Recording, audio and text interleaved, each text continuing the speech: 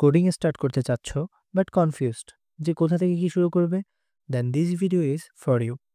কোডিংয়ের beginner friendly roadmap নিয়ে এই ভিডিওতে আমরা আলোচনা করেছি। কোন প্রোগ্রামিং ল্যাঙ্গুয়েজ চুজ করবে, কি কি টুলস ইউজ করতে হবে, সব কিছু জানতে হলে পুরো ভিডিওটাকে না টেনে শুরু থেকে শেষ পর্যন্ত দেখতে হবে।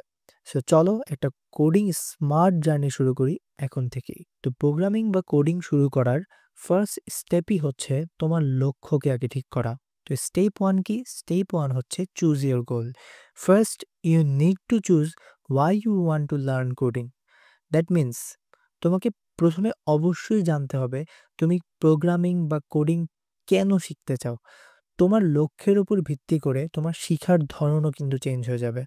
তো তুমি যদি চাও যে তুমি তোমার ইউনিভার্সিটির জন্য শিখবে অথবা তুমি অন্য কোনো কারণে শিখবে, তবে সেই ক্ষেত্রে তোমাকে প্রথমেই তোমার যে লক্ষ্য সেটাকে স্থির করে ফেলতে হবে যে আমি এই কারণে বা এই জন্য প্রোগ্রামিং শিখতে চাই। যখনই তুমি তোমার লক্ষ্যটাকে স্থির করতে পারবে, তখনই তুমি বুঝতে পারবে যে তোমার কোন দিকে যাওয়া উচিত বা কোন প্রোগ্রামিং ল্যাঙ্গুয়েজকে শিখা উচিত। কোডিং শিখার জন্য বা প্রোগ্রামিং শিখার জন্য আমাদের একটা ভাষা শিখার প্রয়োজন হয়, সেটাই হচ্ছে প্রোগ্রামিং ল্যাঙ্গুয়েজ। অনেক ধরনের প্রোগ্রামিং ল্যাঙ্গুয়েজ আছে। তো কোন প্রোগ্রামিং ল্যাঙ্গুয়েজটা তোমার শিখা উচিত সেটা নির্ভরই করবে হচ্ছে তোমার লক্ষ্যের উপরে। তোমার লক্ষ্য বিভিন্ন ধরনের হতে পারে। তুমি তোমার ইউনিভার্সিটি কোর্সেসের জন্য প্রোগ্রামিং বা কোডিং শিখতে পারো। তুমি কম্পিটিটিভ প্রোগ্রামিং বা কোডিং কনটেস্টের জন্য শিখতে পারো। ইউনিভার্সিটি কোর্সেসের জন্য কেন শিখবে? এখানে ২ ধরনের স্টুডেন্ট আমরা সাধারণত দেখি। ২ ধরনের স্টুডেন্ট কারা হয়?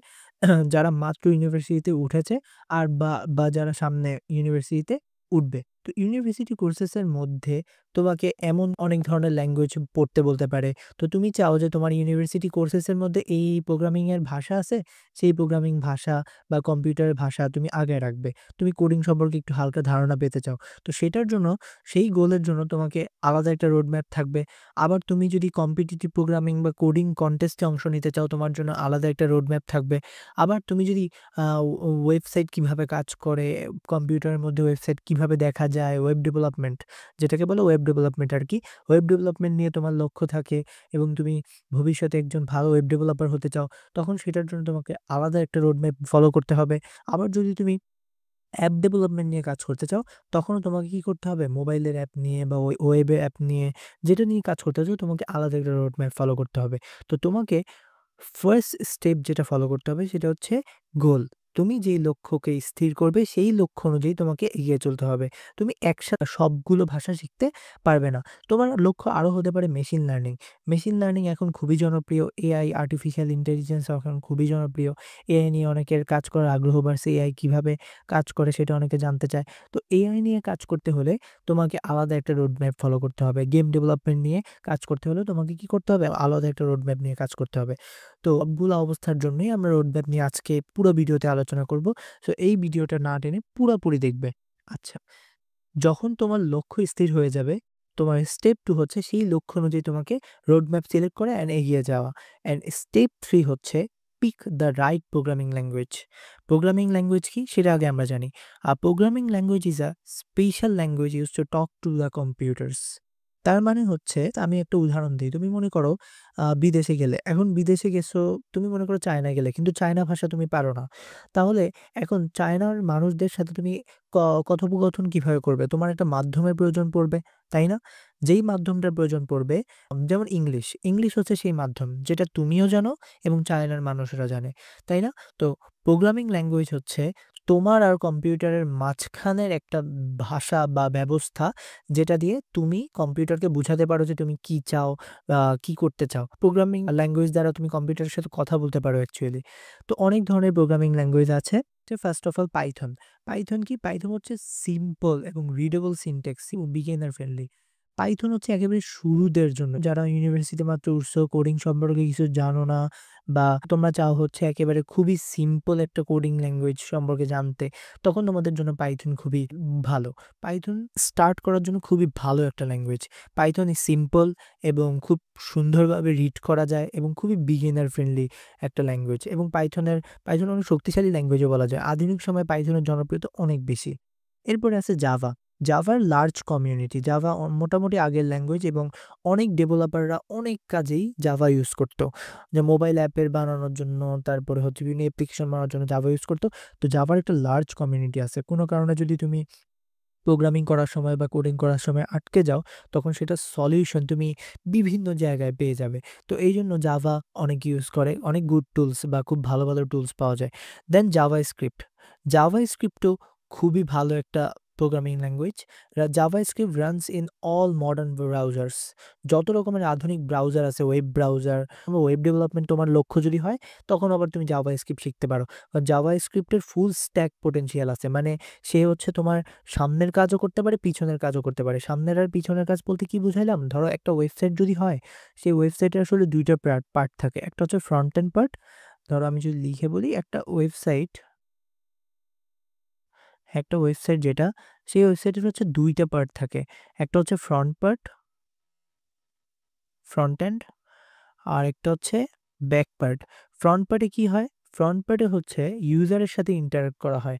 অর্থাৎ ইউজার কি, কি দেখতে পারবে? এই যে আমার ডিসপ্লের মধ্যে কি, কি আছে সেগুলো হচ্ছে আমি দেখতে পারবো হচ্ছে ফ্রন্ট পার্টে। আর ব্যাক পার্টে হচ্ছে এই ফ্রন্টে, যেমন ধরো আমি একটা দারাজের মতো ওয়েবসাইটে ঢুকছি, এখন আমি অনলাইনে পেমেন্ট করতে চাই।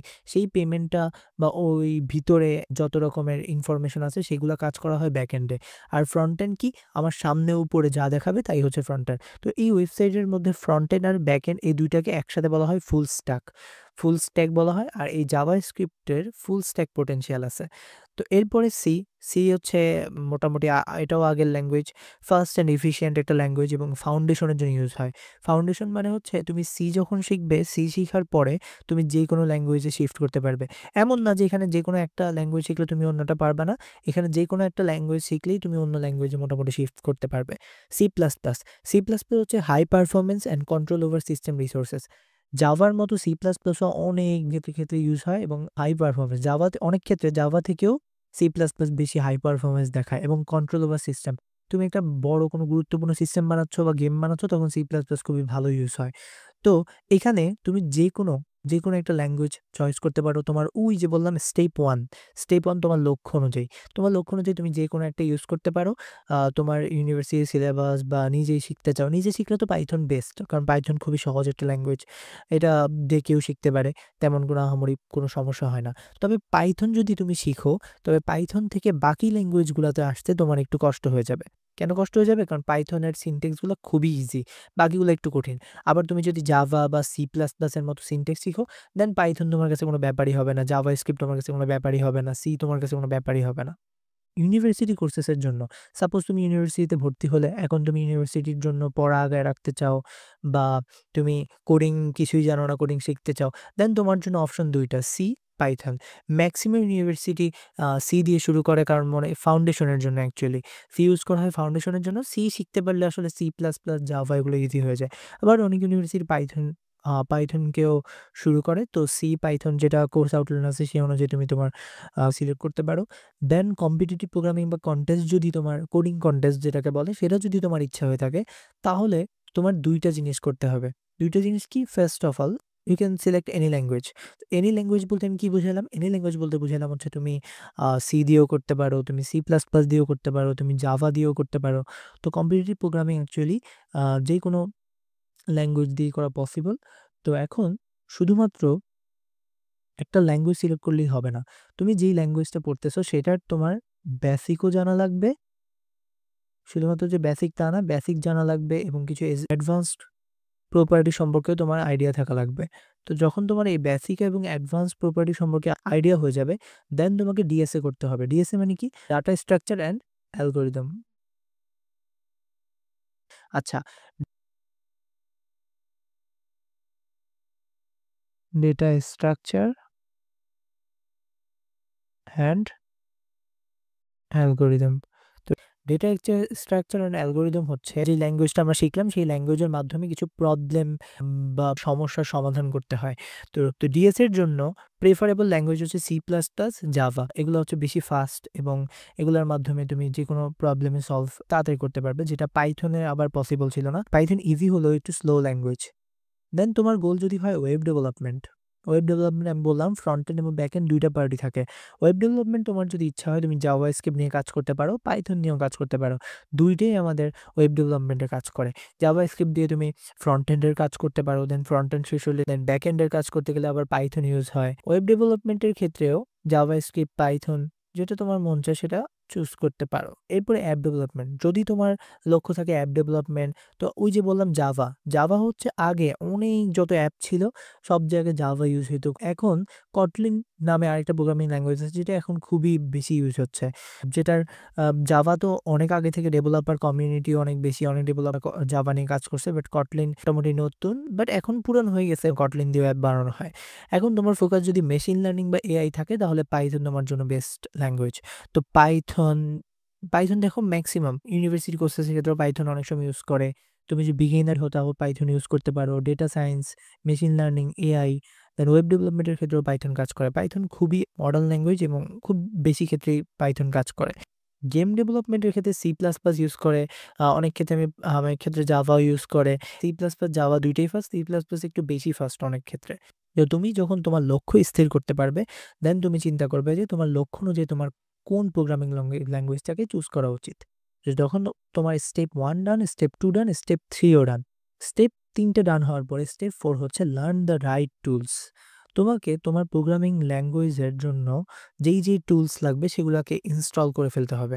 কোড এডিটর, ফার্স্টে কোড এডিটর। এখন আমরা যেই জায়গায় লিখি, তোমার যখন পরীক্ষা হয় তুমি কোথায় লিখো? কাগজের মধ্যে লিখো, কাগজের মধ্যে লিখো না? তো এই যে প্রোগ্রামিং এর যে ভাষাটা, এই ভাষাটা যদি আমি নর্মাল ডক ফাইলে লিখি, আমি যদি কোনো নর্মাল ডক ফাইলে বা কোনো টেক্সট ফাইলে লিখি, তাহলে কি সে আমার এই ভাষাটা ধরতে পারবে? পারবে না। তো এই ভাষাটা ধরতে পারার জন্য আমার কি করতে হবে? একটা কোড এডিটর নামাইতে হবে। এই কোড এডিটরের কাজটা কি? এই কোড এডিটরের কাজ হচ্ছে প্রোগ্রামিং এর ভাষাটাকে লিখার জন্য আমাদের একটা এডিটর নামাইতে হবে। তো VS কোড হচ্ছে খুবই ভালো একটা কোড এডিটর, বা VS কোড ছাড়াও আদার অনেক এডিটর আছে। তো আমি যদি তোমাদেরকে দেখাই, দেখো আমি যদি তোমাদেরকে দেখাই, এই যে আমি যদি এখানে সার্চ দেই VS কোড ডাউনলোড লিখে, তাহলে আমি VS কোড ডাউনলোড করে ফেলতে পারবো। এটা হচ্ছে ভিজুয়াল স্টুডিও কোড।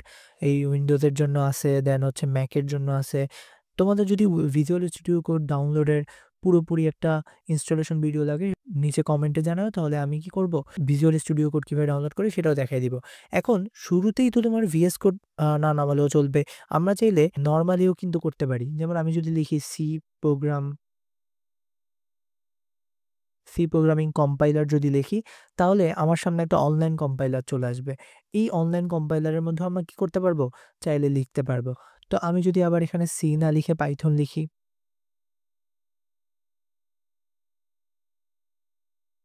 যদি পাইথন লিখি, দেখো আমার সামনে অনলাইন পাইথন কম্পাইলারও চলে আসছে। কম্পাইলার মানে কি? যেই জায়গায় হচ্ছে প্রোগ্রামকে আমরা রান করতে পারি। অনেকের কাছে এখনো কম্পিউটার বা কম্পিউটার নাই, আমরা ফোনে কোডিং শিখতে চাই। তো আমরা চাইলে ফোনে অনলাইনে সার্চ দিয়েও এরকম কি করতে পারবো? কম্পাইলার নামাতে পারবো, যেখানে আমরা কোড লিখলে সেই কোডটা আমাকে ডান পাশে আউটপুটে দেখাবে। আর যদি আমাদের কাছে কম্পিউটার থাকে তাহলে তো আমরা VS কোড বা আদার কোনো এডিটর ইউজ করতে পারি। দেন গিটহাব সম্পর্কে ভালো করে জানতে হবে। গিটহাব কি? গিটহাব হচ্ছে প্রজেক্টসকে সেভ করার জন্য কাজে লাগে।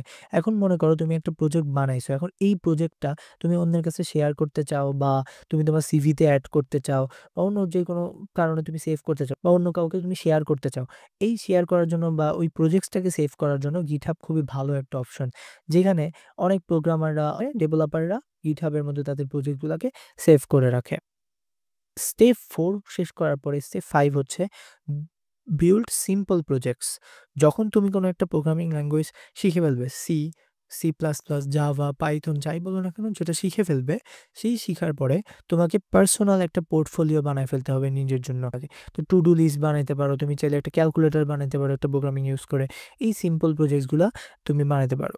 আর হ্যাঁ, এই চ্যানেলেই আমরা সি, পাইথন, সি++, জাভা, যতগুলো ল্যাঙ্গুয়েজ আছে সবগুলো ল্যাঙ্গুয়েজের বেসিক টু অ্যাডভান্স দেখাবো, এবং রিয়াল ওয়ার্ল্ড প্রজেক্ট যেগুলো আছে সেগুলো তো দেখাবোই। সো এই ভিডিও দেখা শেষে সাবস্ক্রাইব করতে কিন্তু ভুলবে না।